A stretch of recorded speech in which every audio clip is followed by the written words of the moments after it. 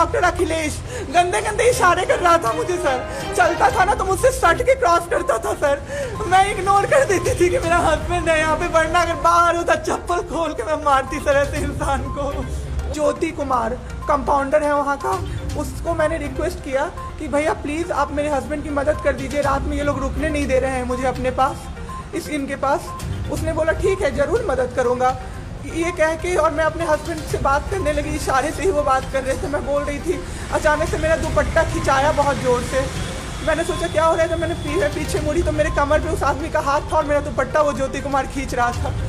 मेरी माँ पीछे से चिल्लाई, मेरे हस्बैंड ऐसे ऐसे होने लगे, पूरा पसीना उनको चल गया, कुछ बोल नहीं पा रहे थे वो। मेरे हस्बैंड उस दिन बेड पे पड़े हुए देखते रहे कि मेरी वाइफ का कोई दुपट्टा खींच रहा है, और जब मैंने उस आदमी को देखा ना तो वो मुस्कुरा रहा था। मैंने ऐसे दुपट्टा खींचा और मैं कुछ नहीं बोल पाई। जब वो इंजेक्शन मिला तो एक दिन रात को जब इंजेक्शन देने लगे, हाफ इंजेक्शन फ्लोर पर गिरा दिया उन्होंने।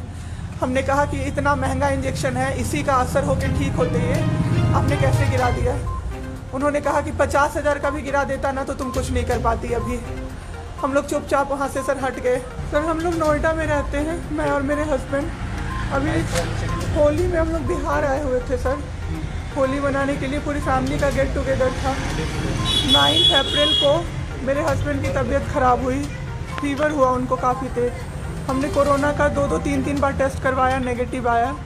RT-PCR के लिए दिया तो वहाँ पे भागलपुर में, सर भागलपुर में थे हम लोग, वहाँ पे 1 दिन 2 दिन वेट करते करते 10 दिन तक रिपोर्ट नहीं आया। फिर हमने नोएडा के एक डॉक्टर हैं उनसे कंसल्ट किया, वीडियो कंसल्टेशन से। उन्होंने बोला कि CT चेस्ट करवाना है। हम लोग भागलपुर गए और CT चेस्ट करवाए तो उसमें उनका इन्फेक्शन आया, 60% लंग्स उनका उसमें इन्फेक्टेड था, डैमेज नहीं था, इन्फेक्टेड था बस। बाकी लंग्स का हर चीज़ परफेक्ट था, सारा चीज़ नाक का, गले का सब कुछ नॉर्मल था, उसमें रिपोर्ट में था। फिर हम लोग नेक्स्ट डे ग्लोकल हॉस्पिटल है भागलपुर में, ग्लोकल हॉस्पिटल लेके आए, वहाँ पे एडमिट कराया हमने ICU में। मेरी मदर की भी तबीयत ख़राब थी, मेरी मम्मी और मेरे हस्बैंड दोनों एक साथ एडमिट हुए। वहाँ पे इतनी लापरवाही हुई उनके साथ, इतनी लापरवाही हुई।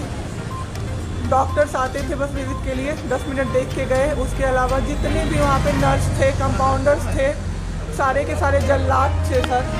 कोई दवाई तक नहीं देना चाहता था पेशेंट।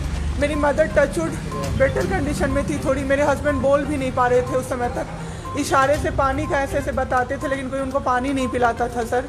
वो मुझे हार के फ़ोन करते थे कि पानी पिला दो। जब मैं अंदर जाती थी तो ये लोग हल्ला करते थे कि क्यों जा रहे हो अंदर, फिर भी मैं जाके उनको पानी पिलाती थी, जूस पिलाती थी। रेमडेसिविर इंजेक्शन का नाम आप लोगों ने अभी तक सबने सुन लिया होगा कि कितनी मुश्किल से मिल रहा है। डॉक्टर ने वहाँ सजेस्ट किया, मेरे 2-2 पेशेंट थे वहाँ, हमने बहुत मुश्किल से अरेंज किया। जब वो इंजेक्शन मिला तो एक दिन रात को जब इंजेक्शन देने लगे, हाफ इंजेक्शन फ्लोर पे गिरा दिया उन्होंने। हमने कहा कि इतना महंगा इंजेक्शन है, इसी का असर होकर ठीक होते ये आपने कैसे गिरा दिया। उन्होंने कहा कि 50,000 का भी गिरा देता ना तो तुम कुछ नहीं कर पाती अभी। हम लोग चुपचाप वहाँ से सर हट गए। थोड़ी देर बाद वहाँ पे मेरे हस्बैंड को मैंने देखा कि उन्होंने 2-3 बार पॉटी किया था, यूरिन पास किया था, कोई क्लीन करने नहीं आ रहा था सर। 6 घंटे से वो उसी गंदगी पे पड़े हुए थे।